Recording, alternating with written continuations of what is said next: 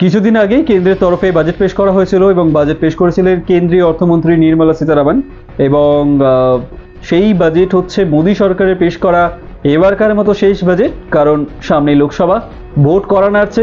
তাই কেন্দ্র কি পেলো কি দিল, বাংলার হাতে কি এলো, সেগুলো এখন বাদ দিয়ে রাজ্যের দিকে একটু চোখ ফেরানো যাক। রাজ্যের ক্ষেত্রে সোমবার থেকে শুরু হয়েছে বাজেট অধিবেশন। বিধানসভায় বাজেট অধিবেশন শুরু হয়েছে আগামী 8ই ফেব্রুয়ারি। সেই দিন রাজ্য সরকার বিধানসভায় বাজেট পেশ করবে। সেই বাজেটে কি পেশ হবে কি হবে না সেটা পরের বিষয়, কিন্তু তার আগে কলকাতা বিমানবন্দরে বিজেপির রাজ্য সভাপতি সুকান্ত মজুমদার তার সঙ্গে সাংবাদিকদের মুখোমুখি হয়। সেখানে তিনি কি বলেছেন শোনাবো আপনাদের, শুনুন। লোকসভা চলছে তো আপনারা জানেন, সে স্বাভাবিকভাবে লোকসভা অ্যাটেন্ড করতে হবে।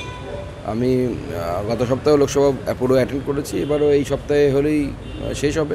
রাষ্ট্রপতির অভিভাষণের উপর বক্তব্য চলছে, সবার বক্তব্য চলছে, তো স্বাভাবিকভাবে লোকসভাতে অনেক কাজকর্ম আছে, সেগুলো চলবে। বিশেষ কোনো বৈঠক রয়েছে আজ? না, সেরকম কোনো বৈঠক নেই। দাদা, কুণাল ঘোষ বলছে যে ভোটের মাধ্যমে হারাতে হবে, সঙ্গে চরম চরম ঢাক।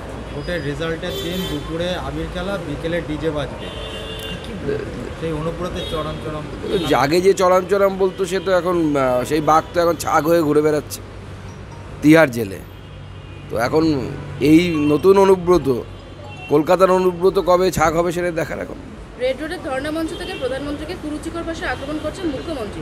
এর আগেই তো রাজনীতির জন্য সৌজন্যতা রাজনীতি উদা হয়ে গিয়েছে, এরকমভাবে আক্রমণ করা যায়? ব্যক্তি আক্রমণ মানে কি অনুশীলন কুরুচির মন্ত্র? দেখুন, যে ধরনের শব্দ মুখ্যমন্ত্রীর মুখ থেকে বেরিয়েছে, এই ধরনের শব্দ মুখ্যমন্ত্রীর মুখ থেকে বেরোনো উচিত নয়, অন্ততপক্ষে বাংলার মুখ্যমন্ত্রীর মুখ থেকে উচিত নয়। বাঙালির মান সম্মান ইজ্জত সমস্ত কিছু জলাঞ্জলি দিয়ে দিয়েছেন এই মুখ্যমন্ত্রী। সরকারি সম্পত্তি ভাঙচুর করলে এবার থেকে তার টাকা দিতে হবে, জামিন পেতে গেলে পুরো অর্থ দিতে হবে। এটা বিরোধীদের মানে আমাদের যে আন্দোলন, গণতান্ত্রিক আন্দোলন, সেই গণতান্ত্রিক আন্দোলন যেন সীমার মধ্যে থাকে, আমার মনে হয় সেটা করা উচিত। তবে এটা ঠিক যে সরকারের তরফ থেকে যেন প্ররোচনা না থাকে।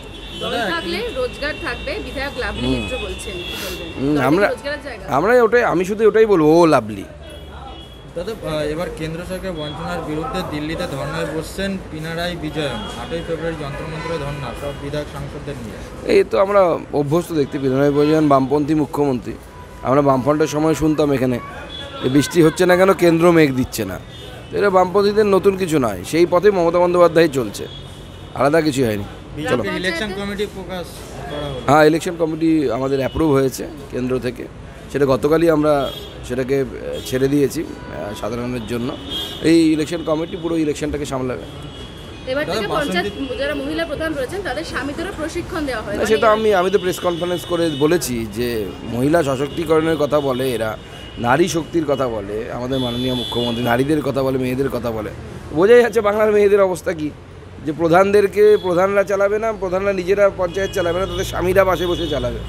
দাদা, বাসন্তী থানার চুনাখালী এলাকায় বিজেপি করার অপরাধে বৃদ্ধা শাশুড়ি, বৌমা ও নাতনিকে ব্যাপক মারধর করা হলো। অভিযোগটি তৃণমূলের। তো সব জায়গাতেই হচ্ছে, বিশেষ করে দক্ষিণ 24 পরগনা এবং উত্তর 24 পরগনার বিস্তৃত অঞ্চলে এখনও সন্ত্রাসের বাতাবরণ রয়েছে এবং এই সন্ত্রাসের এপিসেন্টার হচ্ছে ডায়মন্ড হারবার লোকসভা। এই ডায়মন্ড হারবার লোকসভাতে সবথেকে বেশি সন্ত্রাস হয়। দাদা, টানা কর্মসূচি এবার তৃণমূলের রয়েছে, পরপর 6, 7, 8 এই কলকাতাতে।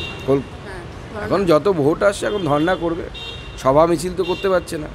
মুখ্যমন্ত্রী বিভিন্ন জেলা থেকে লোক নিয়ে গিয়ে মিছিল করছে, তাও প্রশাসনিক বৈঠকের নামে সভা করছে। পার্টির সভা তো করতে পারছে, লোক আসছে না তো।